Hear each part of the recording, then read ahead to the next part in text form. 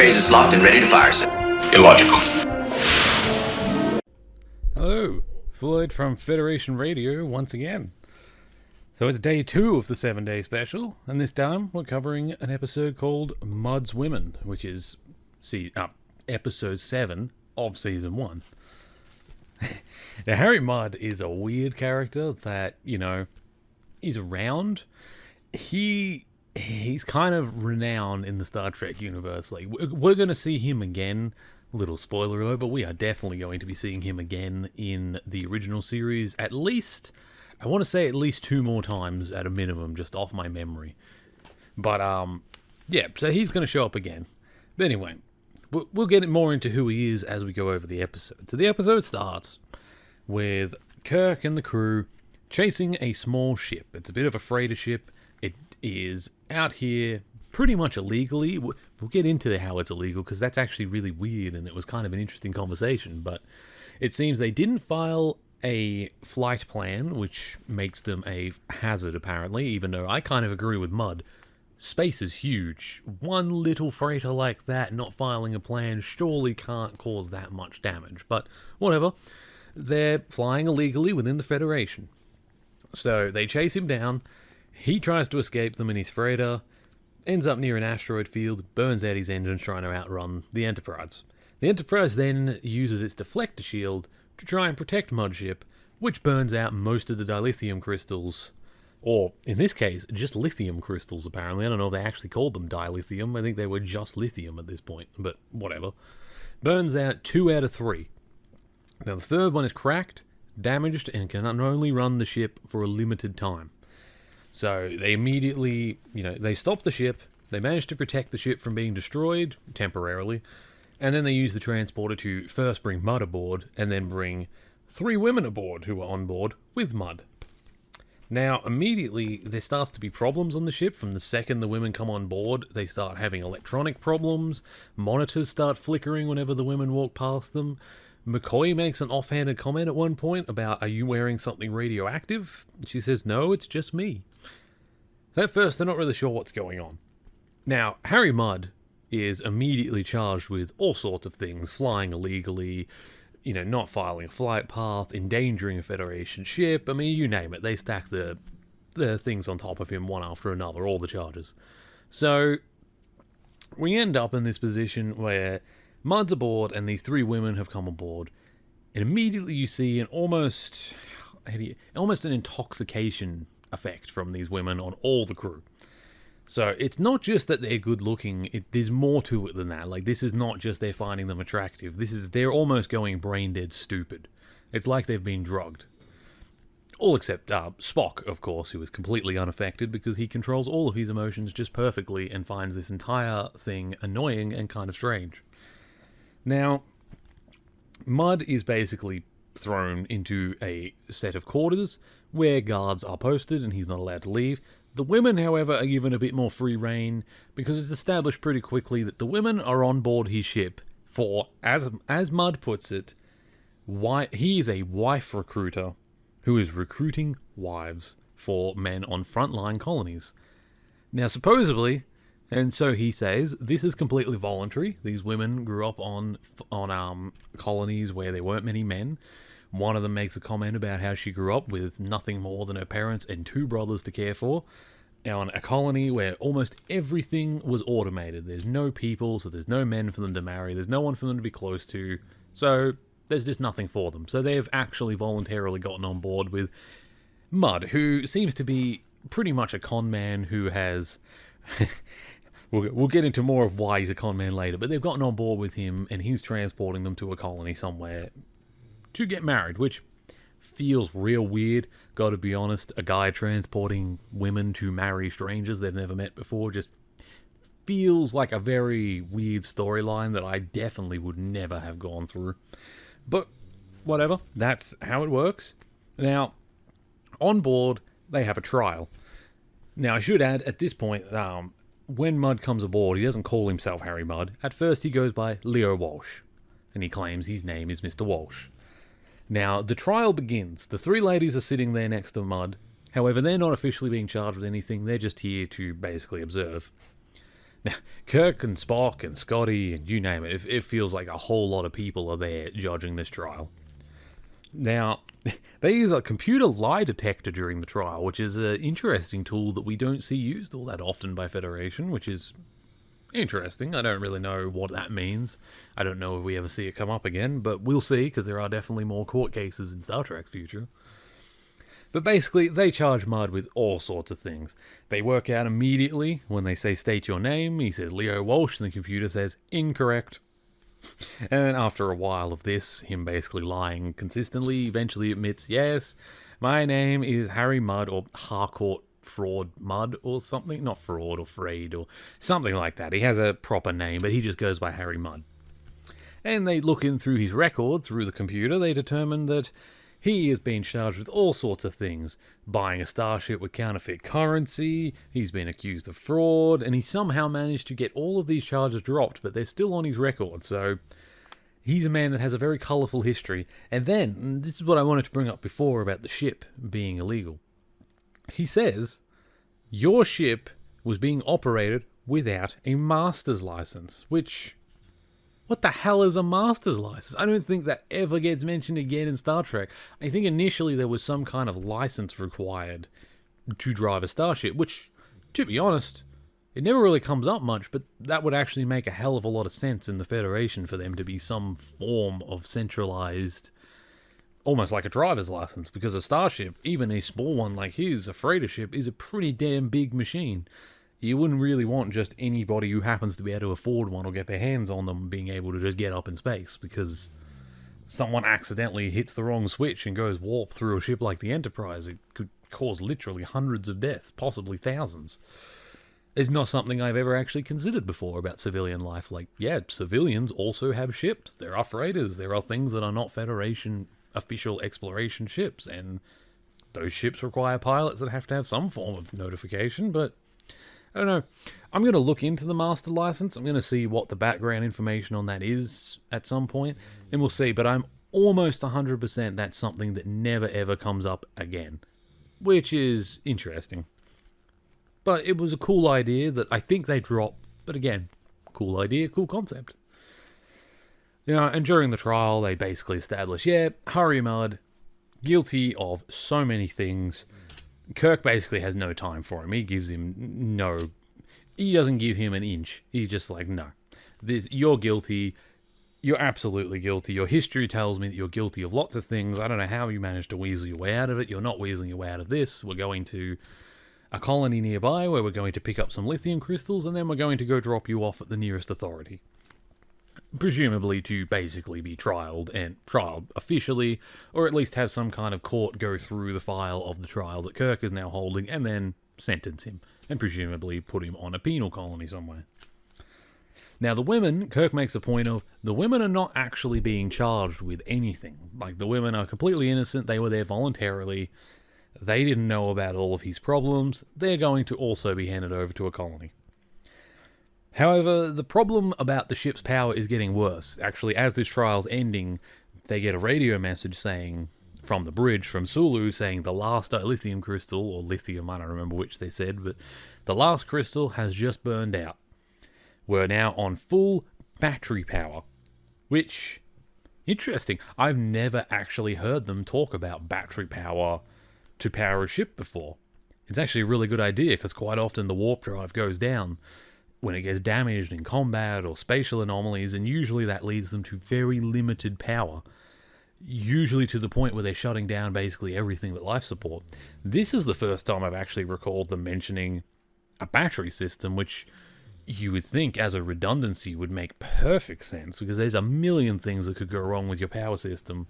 You'd at the very least like to be able to run the basic things like life support to keep your crew alive for at least a limited amount of time to fix these problems. I don't know, maybe the battery system is something they kept around, it's just not something I recall them ever mentioning all that much, so I thought it was pretty cool. But anyway, the dilithium crystals are damaged. Harry Mudd obviously hears this, and he hears that they're going to Rigel 12, which is a basically dilithium mining world where there's some very rich miners who have been mining dilithium crystals, which at this point in time, what do you call it? The machines they use to create things out of energy don't seem to really exist in the same form they do later in Star Trek. But in any case, even later on, we're told dilithium crystals cannot be manufactured by these machines. They're one of the few materials that the Federation does actually have to mine for. They are one of the very few limited resources that the Federation is powered by. They are incredibly important to the economy and political movements, basically, of the entire quadrant, because every single species relies on them for their starships. Which brings up this interesting point of these colonies. And also, these colonies, because they talk to these people, because obviously they're coming to Rigel 12 to pick up gems, to pick up lithium crystals, to power the ship again and presumably get it to a proper space dock where it can do its own fixing of the systems and repairs from all the damage Mudd caused, and also catalogue it all because it'll probably all be put against him in whatever trial he's going to.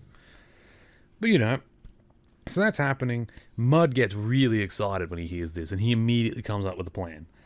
He sends the girls, one by one, out of his quarters because they have this weird, as I mentioned, intoxicating effect on all the people on the ship. And it allows them to get into places and get people to admit things they normally wouldn't. He sends them out on missions. One of them, Eve, is supposed to seduce Captain Kirk. She's laying on his bed when he gets back to his room. She sort of tries to do it, but at one point she kind of has a breakdown, almost, where she just says, "I can't do this. I'm sorry. I hate that mud." And then she leaves the room. And Kirk's obviously very confused, like, why? What's going on? The other women have been throughout the ship checking on the systems. One of them was getting the comm signal to work out exactly what radio brand, or whatever you call it, radio broadcast sequence or whatever it was. Just basically getting the number they need to use a communicator, which she also collects from the crew, and brings that to Mudd so that he can contact Rigel 12 without the rest of the crew knowing. To basically set a trap for Captain Kirk. And it's actually not a badly thought out plan, except for the fact that the ship has security that could just overwhelm him, so I'm not really sure how he ever thought this was realistically going to work, but not a terrible plan. As far as an entrepreneur goes who doesn't have weapons on board, this is a pretty good shot at taking over a starship. So his plan, he contacts Rigel 12. On Rigel 12 there's apparently only 3 miners, and they're said to be very wealthy men. Like, one of them makes a comment at one point that he has mined enough dilithium crystals that he could buy queens if he wanted. So, we're led to believe they're very wealthy, which is, again, interesting because the Federation supposedly doesn't have wealth. They don't have incomes. And yet in this episode we meet people that do. Which sort of suggests to me that either these colonies are outside of Federation jurisdiction and still have economies and force the Federation to buy and sell from them, probably through trade or other supplies, but I'm not really sure. Or it's a Federation world, and at this point in the writing, that whole idea of there not being an economy just hadn't really been developed yet. But anyway, these guys basically get contacted by Mudd. Mudd gives them a deal. I'll give you 3 beautiful women, new wives for you. I hear there's 3 men here, you need wives. All I need you to do for me is to not give the dilithium crystals to Captain Kirk until he declares me captain of the ship or drops all charges so that I can stay with you until another ship comes and I get an opportunity to leave. And, they are 3 lonely men who live on, as we see when we get to the planet. It's quite a dusty planet. They live in these little metallic cylinder things, and it's basically just a dusty rock planet that has pretty much nothing but, I guess, dilithium mines. They live in these crappy little huts, but they seem to keep them alive. Basically, the point being, though, they're lonely. They're lonely, they're probably pretty depressed. They're living in a pretty, honestly, depressing-looking place. They don't have much to do, there's not much in the way of entertainment, they just work. And I guess the idea of having a beautiful wife at their house to cook for them and look after them and be there with them to keep them company is pretty appealing to them. So they're down for this, and they basically tell Kirk when he lands, "Oh, where are the girls? Where is Mr. Mudd? We're willing to take his deal. And we're not going to be giving you the crystals." And Kirk's not too impressed by this, because his ship, as we're told at this point, has about 8 hours left of power when they first arrive, maybe 5. So, unless they get dilithium crystals, pretty soon the ship's not going to be able to hold its orbit. It's going to start to fall towards the planet, and on top of that, the life support's going to run out, which means that everyone on the ship is going to suffocate. So, understandably, Kirk's pretty, he wants to get this done. He needs these crystals. So he's willing, at first he says, no deal. I'm not giving you that deal. Harry Mudd's a criminal. These women, it's up to them what they do, but he is a criminal. I'm not passing down all the charges. And after an hour or two, it becomes pretty apparent that they're not going to back down. They don't care if the ship crashes. So Kirk comes down and sort of humiliates himself and says, fine, I'll take your deal. And the miner, very rudely, basically says, I'll think about it, Captain, and then walks past him and goes to dance with the girls. Just sort of shrugs him off, like, whatever, I'll get to you when I'm ready. Makes Kirk, the authority figure, pretty small. But then we have a bit of an incident where one of the girls, Eve, the blonde girl that was sent to sleep with Kirk, who didn't do it, but, that one starts to look out the window and says to one of the miners about how dusty it is here and how depressing it sort of looks, and starts having a bit of a coughing fit because of the dust. Now, the other two miners are having fun. They're dancing with the two other pretty girls, and they're having a great old time. And he sort of cuts in on one of the others to dance because, sort of as we can see, he doesn't really want Eve, or at least at this point he doesn't. This, understandably, gets her a bit upset because she's from a world where there's no men. She's being used by this person who's a con man. Captain Kirk is basically not caring about her that much, just he was planning on dropping her off at the next civilized point. He wasn't going to find her a husband.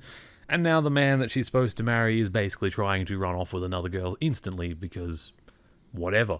So that's left her pretty upset, and she decides, screw it, and she just yells at them, why don't you have a raffle, and the loser wins me, and then runs out the door into the storm out in the world.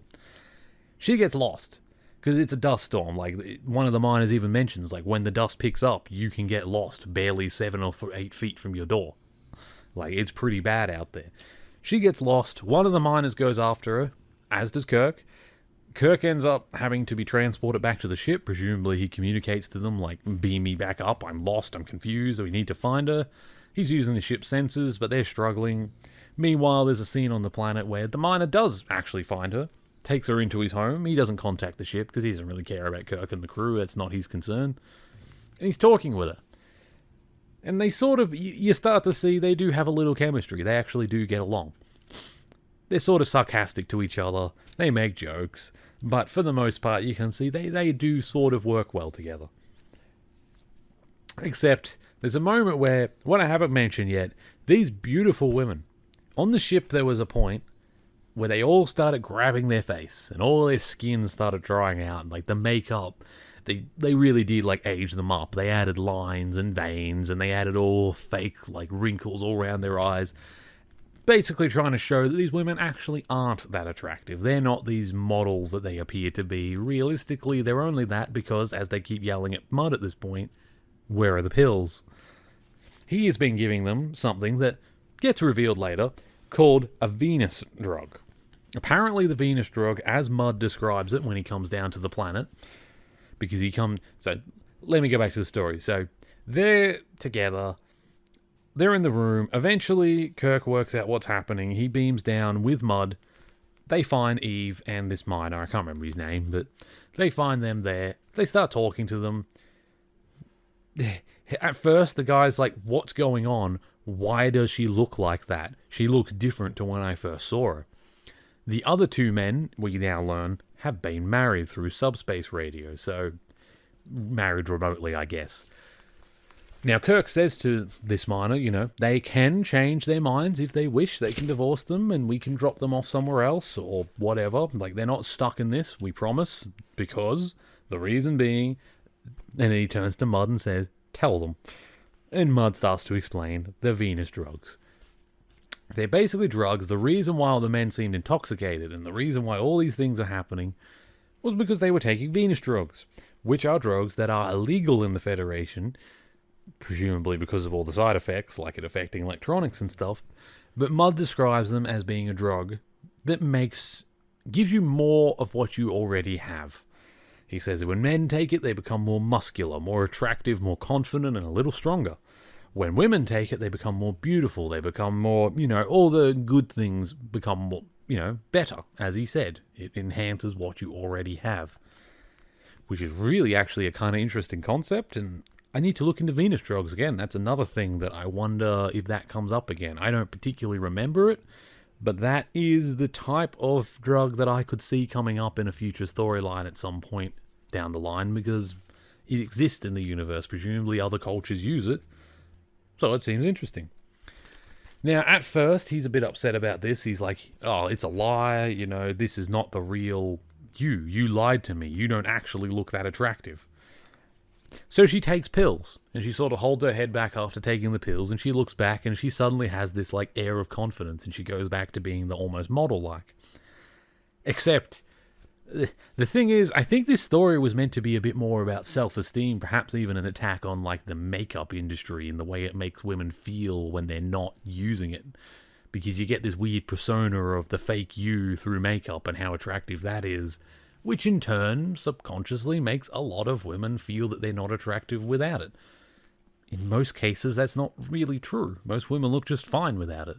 I won't deny it makes them look better, but women get this whole self-esteem, and not just women, some men, but it's very rare for most men to use makeup. I've never used it in my life. I don't understand the thing, but, it's a self-esteem thing. I think this episode was trying to show a lot of that sort of story. Because Roddenberry and that, as much as they were kind of shallow in their own ways, they did try and tackle real social things in these episodes. And personally, I think this episode was a lot more to do with loneliness and lacking self-respect. Or not self-respect, but lacking self-confidence and the reliance that lots of women have on makeup. Which I might add, in today's day, is worse than it's ever been before. Because now, not only do we have makeup that has, of course, just like every other technology, gotten better since the 60s, so makeup is now easier, far more applicable, far more affordable in most cases, and it can do far more. But also, we now have things like social media, Snapchat filters, Instagram filters. Women can take a selfie of themselves, or men, and they can immediately put a filter on it.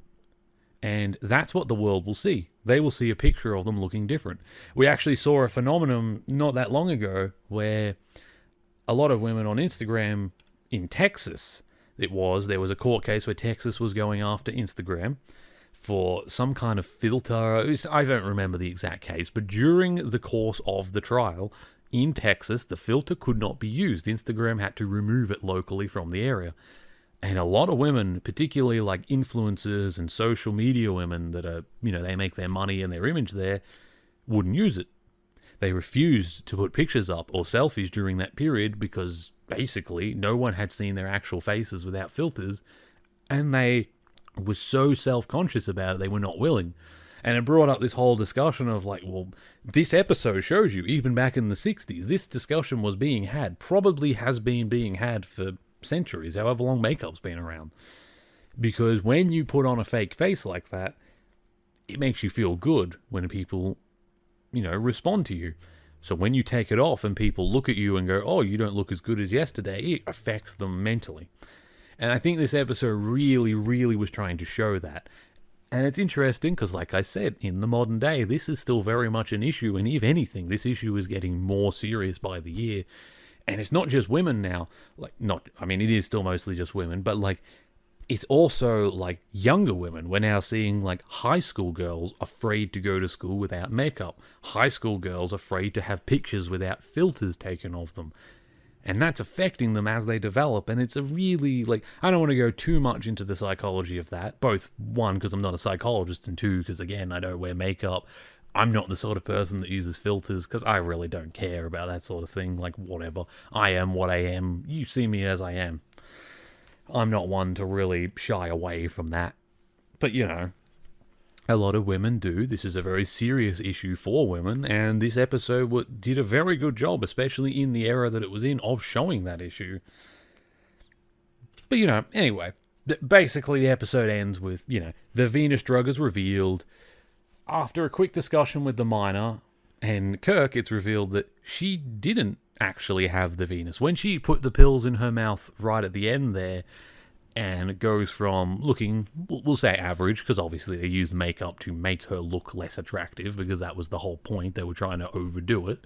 Also, you don't want the actress to feel bad. You don't want to just take her makeup off and say, look at her ugly face. Of course, they used makeup to age her and change her. But when she changed at the end, when she had the pills, Captain Kirk kind of laughs at one point and goes, "You didn't have the Venus drugs. We took the Venus drugs away. What you just ate was gelatin pieces made in the same shape as them." So all that had happened, as Kirk describes, is you just got more confident. You swallowed those gelatin cubes, and you believed you had had the Venus drug, therefore you were more confident, and you held yourself differently, and that's what made you more attractive. Not the drug. The drug never made you more attractive. Because as Mudd said, the drug only enhances what's already there. She was already attractive. The drug just made her feel confident enough to realize that. And the miner realizes that too at that point. He's like, oh, so this is the real you. It's not fake. This is a part of you. And he sort of says, I'd like her to stay. I'd like to talk. Which, suggests that he does like her and perhaps they will get married, which, good for them. I don't think we ever hear from this planet or these people ever again. But, whatever. It's kind of a happy ending. They got to sort of get over their lack of self-confidence and they got husbands just like they wanted from the start. I still find it particularly strange that there was no men at all, and the only way for them to apparently meet men or get husbands was to get on a ship with a con man and travel who knows how far to meet men they had never met before. That's a bit scary. Brings up a lot of sex trafficking kind of ideas in my mind. That's almost weird. I know it's voluntary, but I feel like that's something that just isn't safe and is not a good way to be finding partners. Anyway. Yeah, that happens. And of course, Mudd is taken into custody. And at this point, because he's obviously much happier now, he's realized his faults and the ship is almost out of power because it's been searching for her. And he says, yes, I'd like her to stay. You can take Mudd and I'll give you the crystals. So, all's well that ends well. The women end up getting married. Mudd is taken into custody. Presumably the ship will be fixed between episodes as it goes into a dry dock somewhere. Or a space dock, I don't know what. I suppose space dock would be the real world, not dry dock. Dry dock's more for Navy ships coming out of the water. But, it would go repair. They got the crystals, so presumably their power, life support, all that stuff is fine. The women are married, and Mudd is going into custody. So that's the end of that episode. And yeah. So I kind of went off on a little bit of a tangent there, but I thought it was important, because that is a big part of, these episodes do try and cover social issues a lot of the time, and I feel it's important to try and notice what those messages are and at the very least acknowledge them. You don't always have to agree with them. This one I actually do happen to agree with, and this is one I don't know what the solution is. Look, I'm a dude. I don't wear makeup. I'm probably never going to wear makeup. It's never going to be something that affects me directly, but it is something that affects women in my life directly, and I do worry about that. A lot of these studies today talking about young girls and how it affects them growing up. I can only imagine if you've never let anyone but your family that you were born in the house with see your face without makeup or without filters since you were 8 years old. That can't build much confidence in yourself. What if they're broke at some point and they don't buy makeup? Are they just going to hide in their house? Are they going to not be able to function? That's really worrying. I don't like where that's going. I don't like the direction that's going to go. A lot of young girls are going to be very messed up because of that, but equally, you can't just take it away. You can't ban the whole makeup industry because of potential mental health effects, because on the other side of it, it also does help women. A lot of people have problems. There's a lot of burn victims. There's 1,000 reasons why you might want to wear makeup to help you feel more normal. And, those people can't be denied just because of other effects, but it's one of those hard questions that Star Trek tries in its own little humble way to answer, and I think the important thing with these sorts of things in these shows is not so much that it gives you the answer. It is not dictating to you. It's not telling you what you should do. It's merely pointing out problems and showing you possible solutions sometimes, but a lot of the time it is just pointing it out. It's just awareness. Be aware of this. Maybe some girl watching this episode one day will go to put makeup on in the morning and go, you know what? I don't want to be like those girls. I think I'm fine without it. And they might be happy. Who knows? But it's important that you take notice of those things, because that is a big part of Star Trek. Especially going forward, there will be a lot more of that. Now, yeah, well, that's the end of this episode, so that's all I really have to say. I've got no other extra notes. Tomorrow, I know, I will say, I know this episode came out a little late. It technically, when I'm recording this, it is, what, stupid hour? Yeah, nearly 3 a.m. technically of the day after, so this is almost a full day after my first episode. Don't worry, I'm going to post this literally right now, and then I'm going to go to bed because I'm damn tired. I shouldn't even be up this late, but I'm tired. I'm going to go to bed, and I promise you, when I wake up tomorrow morning, I am going to immediately record the episode, and I'm going to set it up so that it comes out mid-afternoon tomorrow. So technically today you'll get 2 episodes, but this is part 2 of the 7-day special. Technically later today you'll get part 3 of the 7-day special, and then the next day I will do part 4. We are still doing the 7-day special, never you worry. I'm just terrible with schedules, terrible at organising my time, and that's why it's now 3 a.m. before I found the time to do this today. So thank you for listening. I will see you all in the next one. Goodbye.